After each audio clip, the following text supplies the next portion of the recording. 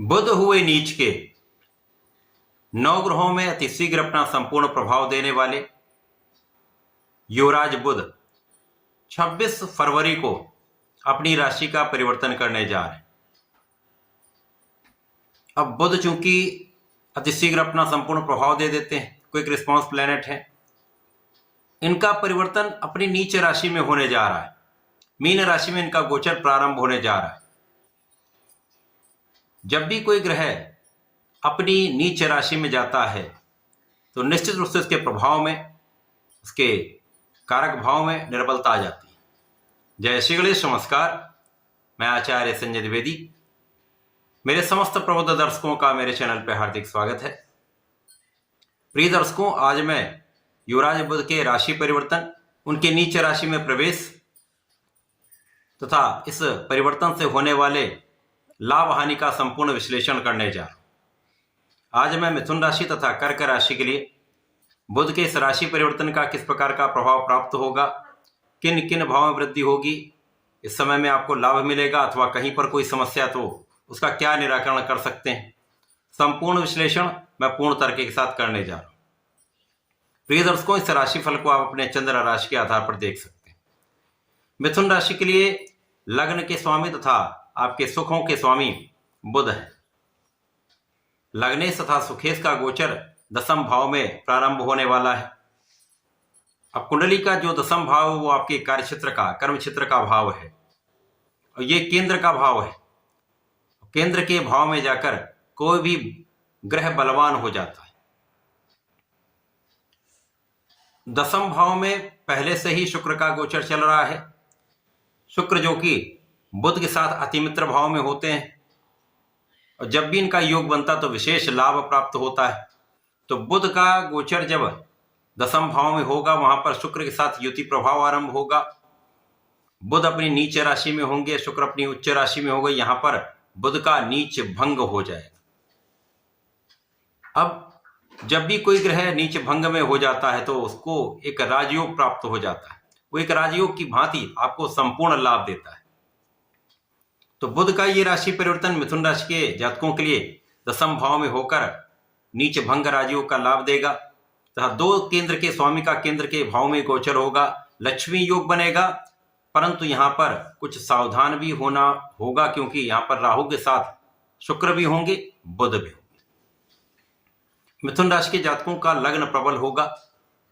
यहां पर बुद्धि बल तीक्ष्ण होगा क्योंकि यहां पर राहु और बुध का जब भी योग बनता है, यद्यपि यहां पर जड़ दोष होता है, परंतु यहां पर बुध भी बलवान है, शुक्र भी बलवान है, जिसके कारण यहां पर यदि आप विचार करके कुछ भी करेंगे, विचार करके कोई भी काम करेंगे, कोई डिसीजन लेंगे या किसी कार्य में आप आगे बढ़ेंगे तो सफलता भी मिलेगी।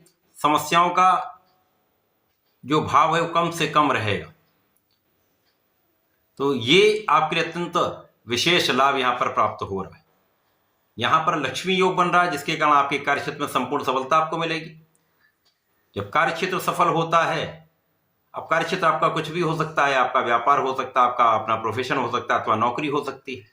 कला क्षेत्र का भाव विशेष रूप से यहां पर प्रभावित होता है। जो लोग एक्टिंग में हैं, गायन में हैं, नृत्य में हैं, लेखन में हैं, उनके लिए विशेष अवसर यहां पर मिलेंगे। नए कॉन्ट्रैक्ट मिल सकते हैं। धन का एक बड़ा लाभ आपको यहां पर प्राप्त होता दिख रहा है। आपकी इनकम में वृद्धि का योग संपूर्ण रूप से बन रहा है। इस समय में आप धन भी अर्जित करेंगे, सुखों को भी आप प्राप्त करेंगे, भूमि भवन वाहन का लाभ भी आपको प्राप्त होगा। तो सुखों को उपार्जित भी करेंगे, सुखों का उपभोग भी करेंगे। माता पिता के सुखों में वृद्धि होगी, यद्यपि यहां पर माता पिता के स्वास्थ्य का आपको ध्यान रखना चाहिए।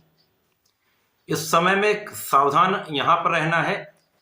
जनता से संबंधित होकर किसी कार्य में है, राजनीति में है, सामाजिक कार्य में है, तो यहां विशेष रूप से अपने कार्यों को इस प्रकार से करें, किसी प्रकार का विवाद ना हो, विवादों से बचने का पूर्ण प्रयास करें। विशेष रूप से वाणी से संबंधित कहीं पर भी कोई नकारात्मक प्रभाव ना दें जिससे विवाद हो पाए। तो विवाद से बचाएंगे तो समस्याएं कम से कम होंगी। इसी प्रकार से इस समय में धन ऐश्वर्य वैभव जब होता है तो कहीं न कहीं से कुछ आलोचना वाले लोग भी होते हैं। तो आलोचना करने वाले लोगों को आप अवॉइड करें, वही आपके लिए श्रेष्ठतम उपाय है। बाकी मिथुन राशि के जातकों को नियमित रूप से गणपति जी का ध्यान करना चाहिए, ओम गंग गणपतये नमः का जप करना चाहिए तथा संकट नाशन गणेशोत्तम का पाठ करें तो इस समय का उत्तम लाभ आप ले पाएंगे। कर्क राशि के जातकों के लिए बुध का ये परिवर्तन नवम भाव में प्रारंभ होने जा रहा है। नवम भाव जो भाग्य का भाव है, धर्म का भाव है, यहां पर बुध अपनी नीच राशि में होते हुए भी नीच भंग में होंगे, तो विशेष रूप से ये भाव अत्यंत प्रबल हो जाएगा।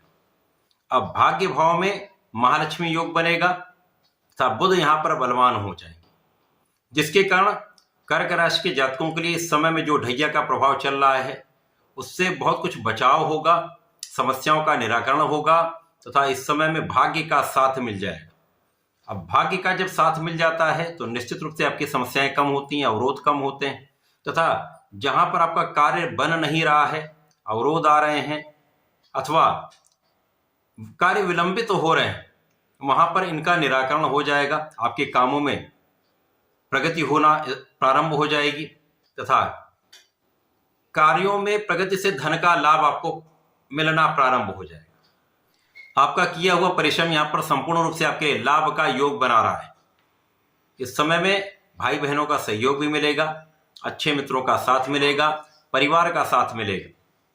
कर्क राशि के लिए कुछ ऐसी स्थितियां बन रही हैं जब आपके कर्म क्षेत्र में विशेष रूप से समस्याएं कम होंगी, समस्याओं का निराकरण होगा, लोगों का सहयोग मिलेगा तथा इस समय में आपका लाभ आपके कार्य क्षेत्र से बढ़ रहा है। आपका धन भाव प्रबल हो रहा है, जिससे आप भी सुखों का लाभ यहां पर लेने वाले हैं, भूमि भवन वाहन का उपभोग करने वाले हैं तथा इनसे संबंधित कार्यों में आपको अच्छा लाभ भी प्राप्त हो सकता है। इसी प्रकार से इस समय आपके संतान का पक्ष भी बलवान होगा तथा लोगों का सहयोग आपको प्राप्त होगा। कर्क राशि के लिए यद्यपि यहां पर कुछ तनाव का समय है, क्योंकि शनि का प्रभाव जब भी होता है तो कोई ना कोई संघर्ष आता रहता है, समस्याएं आती रहती हैं, अवरोध होता रहता है, परंतु उन समस्याओं के बीच में ये आपके लिए अत्यंत लाभान्वित करने वाला समय है।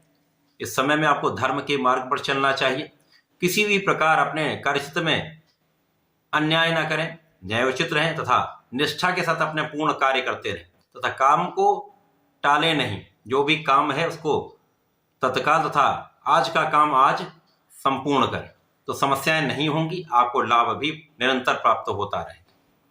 कर्क राशि के जातकों को नियमित रूप से भगवान भोलेनाथ पर जलार्चन करना चाहिए, सूर्यदेव को जल देना चाहिए तथा प्रत्येक रविवार और सोमवार को भगवान भोलेनाथ पर जलार्चन करें तथा नमः शिवाय मंत्र का जप करें, लाल चंदन अर्पित करें, विशेष लाभ प्राप्त होंगे, समस्याएं कम हो। तो ऐसा करके इसका लाभ लें। धन्यवाद, नमस्कार।